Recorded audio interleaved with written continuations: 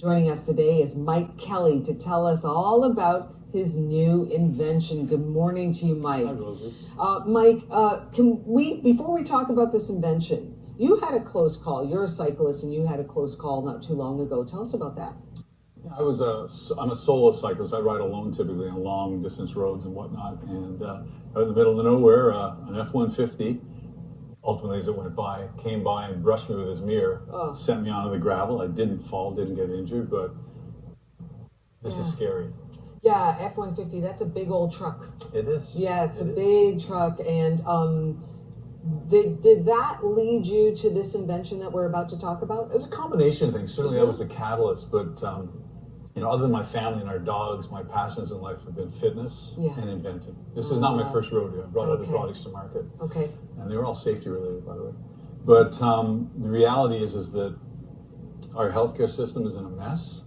A lot of it can be attributed to a lack of exercise activity. I literally just finished a TED Talk on this at Queen's University a few months ago.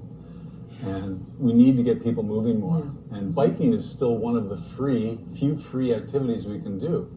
Unfortunately, in a survey I did, 94% of people, cyclists, indicated that they were afraid, worried, fearsome of being out on the roads from traffic, road conditions, or distracted driving. And distracted driving is 6 times more likely than a DUI, drunk drivers, to cause an accident. Our current methods of dealing with distracted driving, they've let the genie out of the bottle. And there's some cyclists in the safety world that are in this utopian world that, no, we don't need helmets or mirrors or anything because we just need better infrastructures. I don't know how long it's going to take to happen. So for now, I'd rather for myself know that a truck is about to come up to me. Yeah. So I can prepare to maybe take the ditch on my own as opposed to being knocked into it. Okay. That's my preference. All right, so let's talk about how you do that, because you've got the conventional mirror that's available, but you've upgraded it, if you will. So let's take a look right here. This is what's on the market. Yeah, this is a traditional, and all mirrors on the market, by the way, currently in the market, they all have a single lens. One lens. Mirror. Okay. Now, this particular one, it's problematic not only for that reason, which I'll explain, but also the fact that it's a Velcro mounted.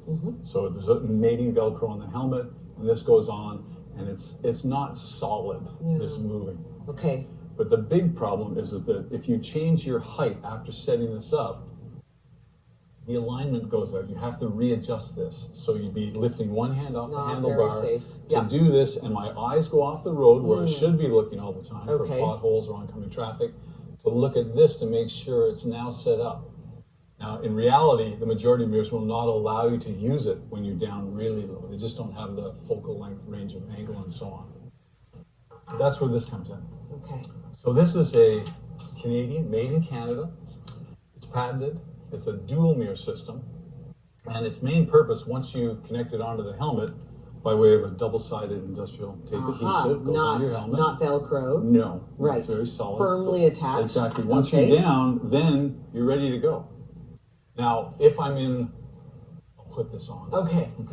So if I'm in this position, let's say I'm seated right now. Okay. I'm using the lower mirror. Okay. If I stand on the pedals, climbing a hill or something, I'm using the lower mirror. But as soon as I go from my seated position lower, then I'm going to shift to using the upper mirror, like this. You just simply shift your focus. Yeah, so I no longer have to actually reach up and do the adjustment, and that's it. Okay. And then when I'm done, I know that guy. There you are, there. And so how have you found this in comparison to the single mirror? Like it's night and day. You can't use this when you're down low. Okay. When you're out on a long road especially, you're always looking to defeat the wind. Yeah, that's right. Okay. You need to know your awareness, your area around you, and if you can't see behind you, it's problematic. You need to know what's around you. As I say, if I see a car, like you can see back a kilometer with this. Oh, okay. Now, there are other technologies. There's radar-mounted units, for example, but despite being a technology geek myself, would I rather trust a blip, a possible real hit blip, or see the image or actually in the mirror? See it? Yeah, exactly. Let alone Bluetooth issues, battery, dust on the sensors, and the $300 for a radar unit plus the display. Yes, okay. You got that. I've got that. And then you've got your eyes. Where is this available in stores? Yeah, so as I say, it's Canadian-made product. It's patented. It's going to be launching May 27th on Kickstarter, Okay. which is a global crowdfunding platform for new product creativity ideas and so on. And people they're learning about it now. They'll be able to go on and get all the information they want. There's a website, mantismirror.com. So that's what it's called, right? Yeah, now the Mantis has the best eyesight in the world. Ah, got it. And it's got two big eyes. Yeah, So that's the Mantis reference. Mantis Mirror. Mantismirror.com. If you want any more information, you can go online Please, for that yeah. there.